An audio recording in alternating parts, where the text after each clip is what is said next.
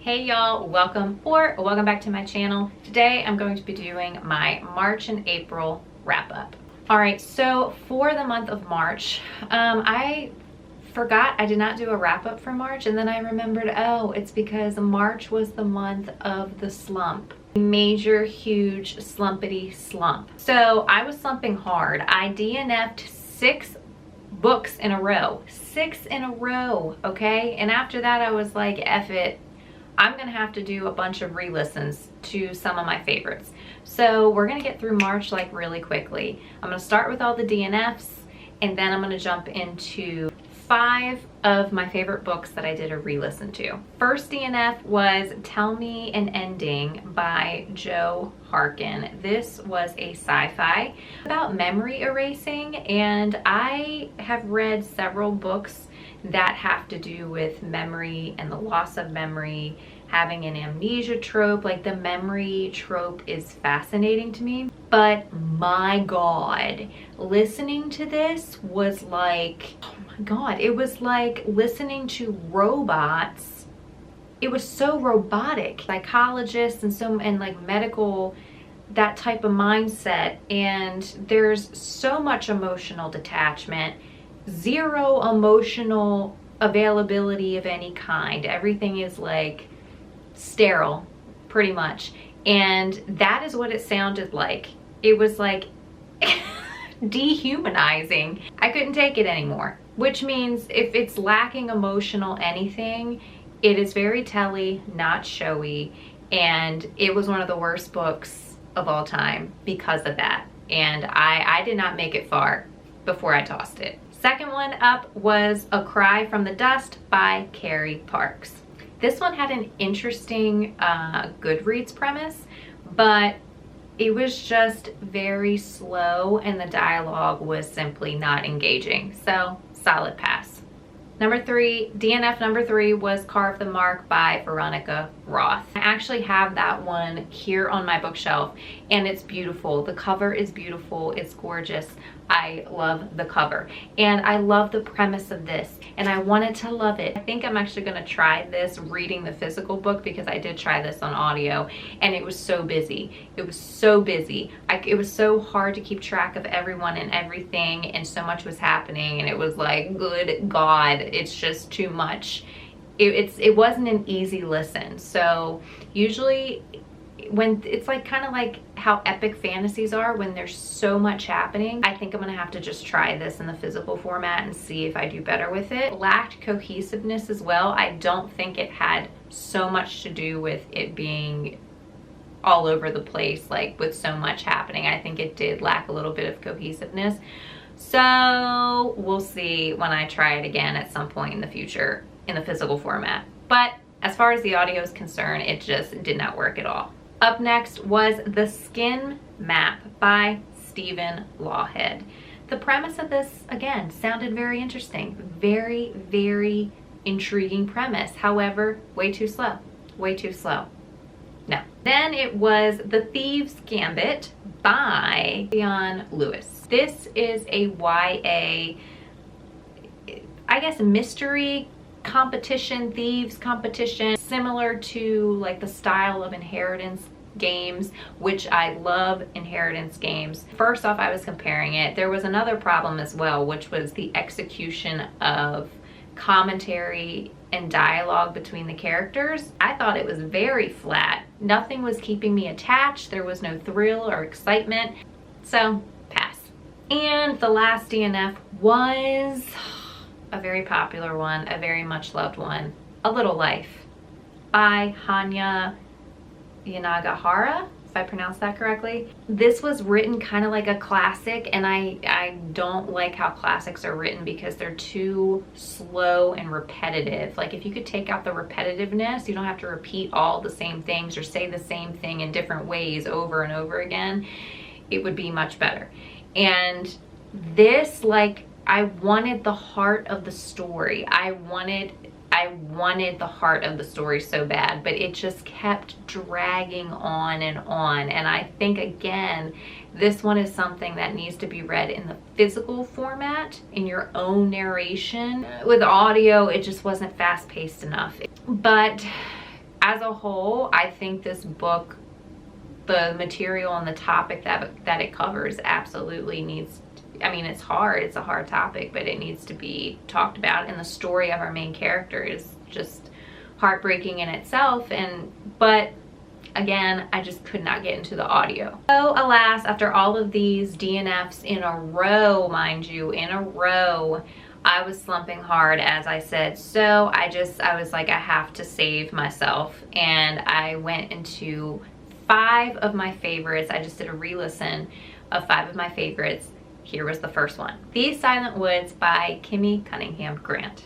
In this, we are following a father and daughter. They're hiding out in a cabin in the woods on a very large piece of property. And you basically, while you're going through the story, you don't know what he's running from. There is a neighbor on another piece of the land next to them. His name is Scotland. And our main character, Jake's friend, because it's his friend's property, his cabin that they're staying in. So Jake's friend and Scotland are the only 2 people that know where Jake and his daughter Finch are staying, and basically the only 2 that know where they are and know who they are. You know, he has a plan, but the plan gets like sidetracked when all these other events just happen in the story. So many things start to happen, tragedies happen, and it just changes the course of the plan that he kind of has set. It disrupts their way of life. And Finch is getting older, so she is now challenging him naturally. And you just see that and you're in it, and it goes from there. I don't want to really say too much about this because I don't want to spoil a diggity dang thing. It is so good, this story. This obviously, all the stories that I'm going to bring up, they're all my favorites, which makes them all 5 stars, either 4.5 to 5 stars. This was hands down a 5-star read for me. And even though the ending, I am going to say some of the things in this are not clearly thought out enough to be like, okay, you have to kind of suspend your belief a little bit, like in some of the things that take place with how it ends and wraps up. But how it made me feel, that is what I'm looking for in a story. How does the story make me feel? Does it make me laugh? Does it make me cry? Does it suck me in? Can I stop reading? Can I put it down or not? The story affects my life, okay? Did this affect my life? Yes, it did. That's a 5-star read for me.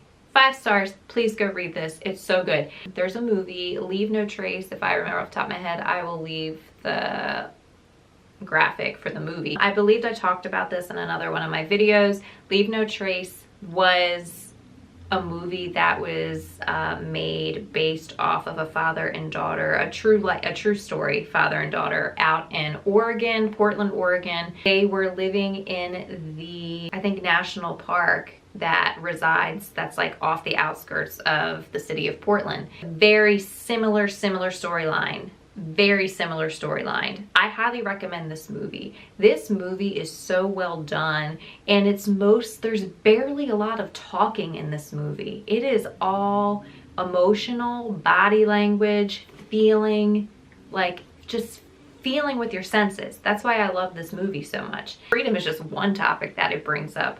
Like being a part of the system brings up PTSD, mental illness, the effects, all of it. It brings up, it's so good. I highly recommend this movie, and I highly recommend this book. Watching and reading them at the same time and kind of comparing the similarities, comparing the storylines, I think would be a great idea to do. I highly recommend it. The next 2 that I did a re-listen of this is a YA fantasy duology by Adrienne Young. First one is Sky in the Deep, and then the second one is The Girl the Sea Gave Back. I'm actually going to link in the description box down below the video that I did in the past where I went into a review for these 2 books. So if you want to see that, my full mini review for that, go watch that video. This was my second go through with these books, and the first go around I actually liked book 2 better than book 1. This round I was like, I actually liked book 1 better. I liked Sky in the Deep better this time around. I think I was just, it depends on what you're in the mood for. I was more in the mood for our main character in book 1, her character growth and her storyline and the atmosphere of that. It captured me more this time. So oh my gosh, if you're looking for a YA Viking story, this is it. there is no other Viking story that I could ever recommend that would be on the same level of an adult feel. Like this is fantastic. The storyline of this is fantastic. In book 2, some of our characters from book 1 do show up, even though they're 2 completely different storylines. Book 1, what happens in book 1 affects everything. It's like the ripple effect. It goes into book 2, and the effects of the clans, even though we're following a couple different characters, but you know, one of our characters grows up and is a main character in book 2. Oh, it's just so good. Please read this duology. It is a fantastic Viking story. So good. Because it's YA, it's not like overly gruesome. It's just enough. It's tasteful. It's just enough. And it's atmospheric. The atmosphere is palpable. Y'all know me, okay? If something is atmospheric, I'm automatically there. Yes. Right. Book number 4, The Light Between Worlds by Laura Wayworth. This is a YA historical fiction that not a lot of people know about. It needs to be brought to the light. And I think this was my first YA historical fiction, so it even holds another special place in my heart. Fantasy, like fantasy, but fantasy elements, because this is Narnia-esque. This is a portal fantasy. We are actually in 2 POVs in this book. The first half of the book is following our 2 sisters. We're following one sister in the first half, and then second half the older. So younger sister first half, older sister second half. Younger sister Evie is our main character. She is the heart of this story. She is what this story is about. And her and her 2 siblings, she has a sister and a brother. This is in like the backdrop of World War II. They are in a bomb shelter when they're waiting in a bomb shelter or bunker when they are young, and all of a sudden they are transported into this fantasy world, and there is a stag guardian. Stag guardian's name is Service, C-E-R-V-U-S, Service. He is fantastic. He is the guardian of, the kingdom is called the Woodlands. The Kingdom of the Woodlands. It is a beautiful fantasy world. There is war there as well, and they're actually dropped in the middle of being a part of war. And of course the kids play a very important role in what happens in this world. And Evie, this is her home. And without saying too much, they obviously end up going back to their real world, the world that they come from, and she cannot cope. Like, this is not her home. That is her home, the Woodlands, and she does not know how to cope. Like, obviously she's doing the best what she can, but that is like her heaven, okay? That's how I see it. It's like heaven to me, just wanting to be there. This is like for her. This is a beautifully written story about depression, okay? I just want to put that out there. It is beautifully written, but it is a story of depression that you can kind of get swept up in it and not fully, like, you need to fully feel what the story is about. And it is about longing. It is about depression in a beautifully written way. Like, it takes the idea of, okay, well, what happens to these kids when you go from a fantasy portal world and now you are thrust back into this one, and it's not your home? How do you cope? I know other authors have kind of done series and stories with that theory in mind, but this is one of them. I highly recommend this, and this was my first time as well listening to the audio for this book. I mean, I have this on my shelf right here. You see it? I do not like this cover, by the way. This cover does not, see, this is one of those instances where the cover does not match the story. I'm like, what? Why does Service look like this? Why does he look like this? And what is all that? It does not match the story. Just ignore the cover. I don't like the cover. It does not do the story justice. What's inside is what matters for this one. The inside is beautiful. The outside, I'm not digging it. I'm not digging it. Whenever I think of Service, and I think of like what would be perfect as like a better cover for the book, I'm thinking of a game. I can't remember the game. but every time I go into the game store, I immediately get drawn to this cover. It is a beautiful stag with like a fantasy backdrop, and there's like colors all around him. He looks majestic. I'm like, that is Service. That is exactly what Service looks like in my imagination, in my mind. Like all of the colors, like, please, 5 stars, 5 stars, highly recommend, 5 stars.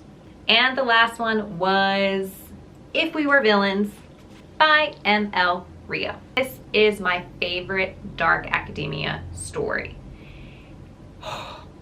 So good. In this, we are following our group of student actors in their senior year, set at a prestigious elite Shakespearean arts academy. Now, you do not have to like Shakespeare to love this story. I'm not a huge Shakespeare fan, and I loved this story. I was like, am I gonna like this? I don't really dig Shakespeare, but I dug this. I mean, I dug this obviously a lot. It's one of my favorites. It's my favorite dark academia. I've tried several dark academia stories over the years, and this one just still takes the cake. I have not read anything else that tops this. Honestly, this is like a character study almost as well. It's dark academia. It's like, obviously there's a murder in this. And it's following basically just the downfall and demise of the human condition, essentially. Just descending into madness after what takes place. Method acting from the workload that they're under. It goes between the past and present tense as well with our main character, Oliver. Here in his point of view, we're going from, he ends up in prison. He's in prison for 10 years. So you know that right off the bat, so that's not a spoiler. But we're going from like him getting out, he's basically talking to the detective who had ran his case. The detective is retiring, so he is there like wanting to know the truth, and he's like with Oliver, and Oliver is basically, as he's getting out, he's telling him the story. And as you go through the past tense, you're reliving everything through Oliver's memory, and it is so good, y'all. Our author clearly is a lover of everything Shakespeare, and this is the story, basically a love letter to that and paying a homage to Shakespeare. I am a little bit iffy on the ending. There was one thing I was like, it was 4.5 stars because of the ending. If the ending was different, because it made me like question, it doesn't make sense to me. I'm like, how and why? I don't see that. I don't see how this would be accurate, how this would happen without I can't, obviously spoilers, but it would have been a 5-star if the ending was different, if the ending made more sense. Okay, so it's a 4.5 star for me because of it. But other than that, it's fantastic. Best dark academia in my opinion. Now I'm going into my April wrap up. April was our 3rd round of the Battle of the Bands Readathon. I was captain for Team 80s. So for this, I read 15 books total, and I had a total of 4 DNFs. Let's start with the DNFs first. So all of these DNFs were because they weren't what I thought they were gonna be, or they were just too slow to hold my attention. This one was Anna O by Matt Blake. Second one was The Bone Season by Samantha Shannon. Now this one is a popular one, and so many people love this. It just wasn't what I thought it was. I thought the storyline was going to be completely different than what it ended up being, and what it ended up being just wasn't what I was into. Everyone on This Train is a Suspect by Benjamin Stevenson. This one is another popular one. A lot of people love it, but again, it just wasn't. At the time, maybe I could do this if I'm in the mood. I was not in the mood for this. And the last one was The Vanished Birds by Simon Jimenez. Okay, with the DNFs out of the way, let's get right into all the prompts that I fulfilled. My 15 books, I had 14 were audio, and then I had 1 physical read. First up was for the funky cover prompt.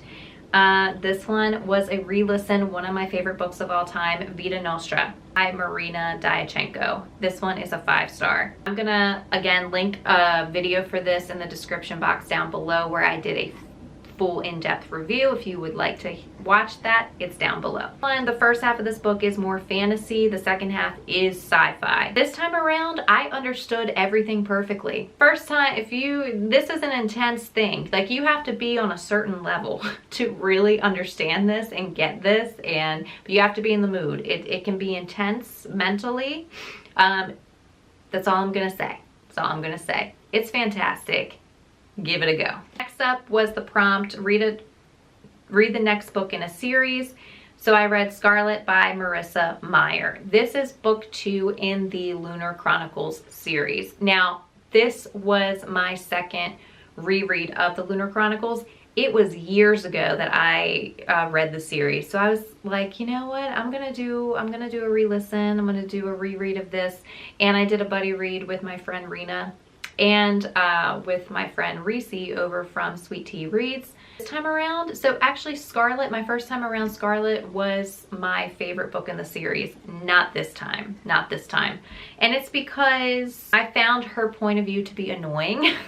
Like, she fit the stereotype of redheads. I have several stories that I love where our main character is a redhead and feisty and sarcastic and just like more dominant, all the things. I didn't think that everything that happened with her character fit her character this time around. I'm like, that doesn't match.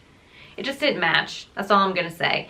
The best thing about this book, that's my favorite, the only favorite thing about this is Wolf, because I got a thing for wolves. So Wolf in the environment and the storyline. That is what I loved about book 2. The Lunar Chronicles is a fairy tale sci-fi retelling of 4 characters. Each book touches on a different character, but they all wrap into one story, which is beautifully done. Marissa Meyer did a beautifully fantastic job doing this. Usually fairy tale retellings are not my thing, so I was really surprised that I really enjoyed this series as a whole. I loved it. I think it's because it was so intriguing. I'm like, a sci-fi? It's sci-fi? How is she gonna do this? And it was fantastic. It was great. I mean, it's YA. It's YA. And reading it for like the second time around through the whole series, I realized how YA it is. Everything that happens is so damn convenient. I'm like, oh, how convenient. It's like done in fairy tale fashion, 100%. So all of the typical fairy tale things, that's what happens in this. But just the fact that each book covers a different character. So the first one is Cinder, which is retelling, it's like, you know, retelling Cinderella. 2 is Scarlet, which is retelling like Little Red Riding Hood. Book 3 is Cress, which is the retelling of Rapunzel. And the 4th one is Winter, which is like a retelling of Snow White. I cannot really get into describing the premise of this series other than there is a virus.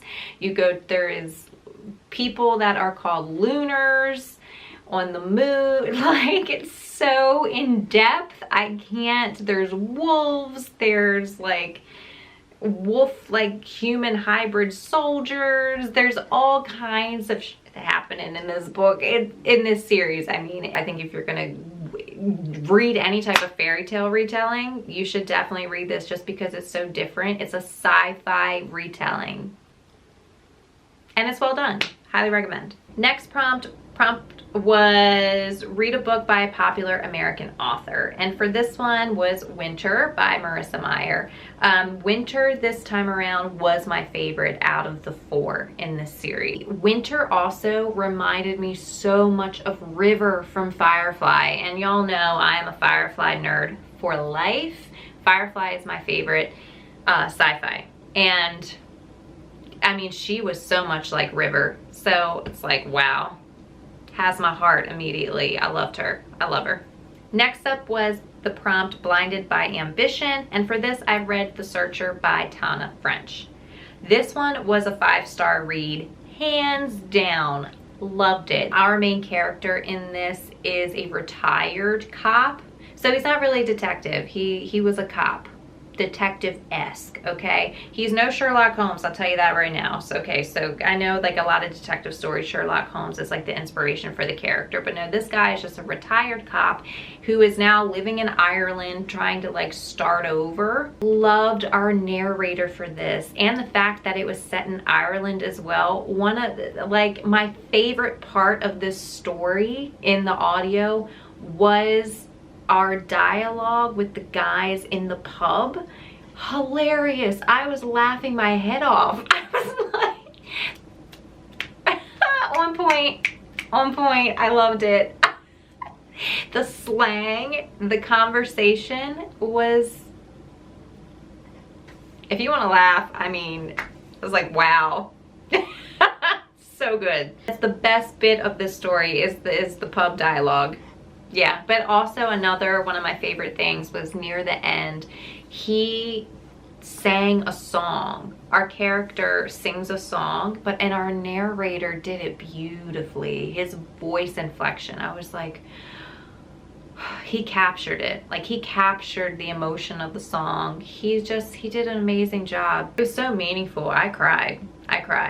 Next up was the prompt Maniac, which is read a book that you think you can binge in like 24 to 48 hours. And I did a re-listen of one of my favorite books of all time, Rock, Paper, Scissors by Alice Feeney. This is a fantastic mystery story, atmospheric, because I love atmosphere, okay?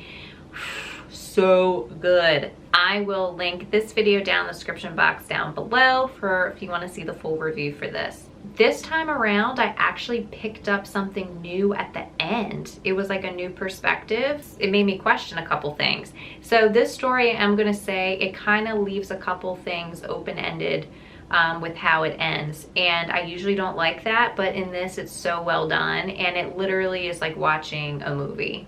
Next prompt was the Rickroll Die. And for this, I listened to Look Closer by David Ellis. This was 4.5 stars. This was really good. I was surprised. I was surprised at how good this was because kind of mystery crime story like they're hit or misses for me.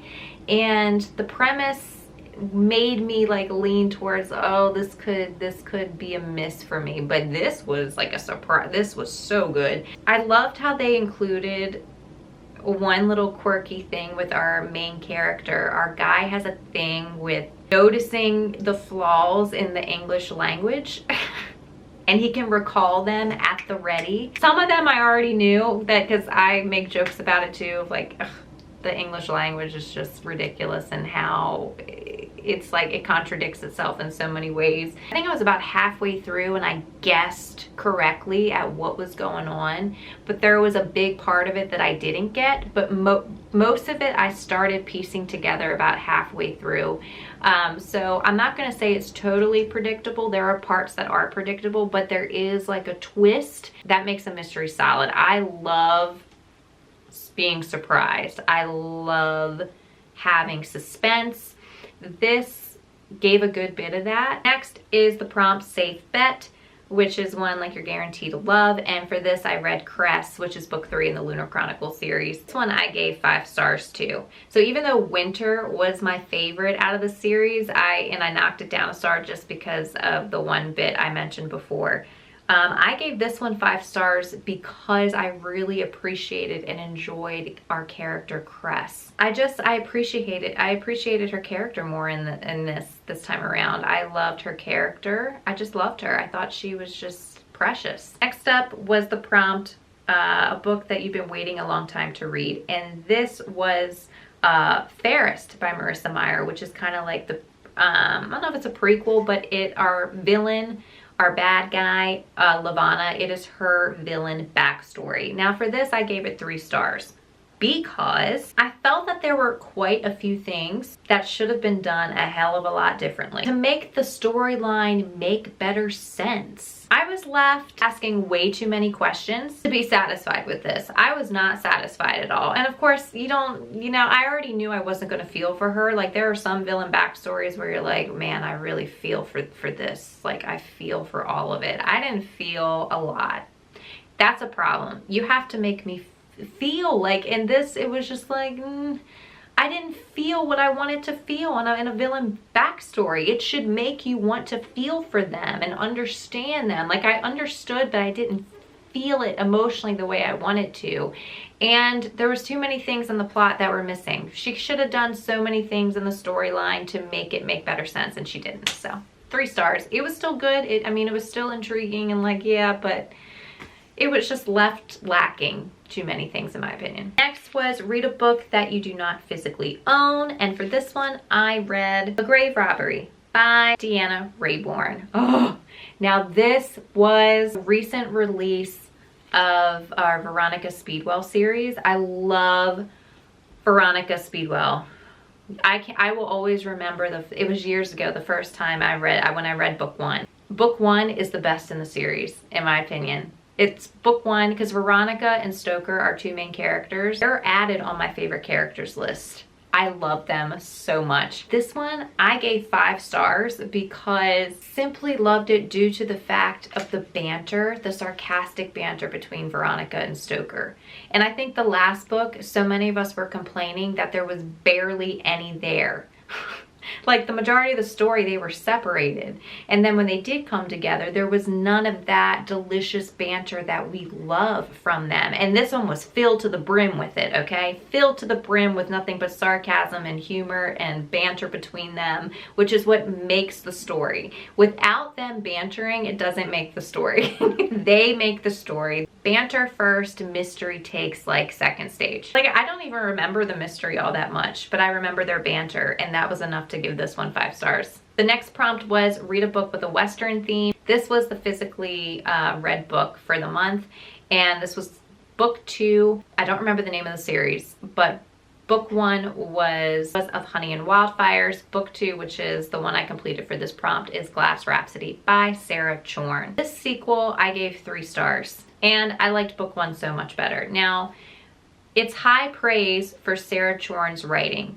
This series is all about her writing, or this duology, I should say. It's lacking a lot in the plot, in the backstory and storyline of a lot of our characters. She should have gone so much more in depth with our characters, and in both of them, because I had that same issue in book 1 as well.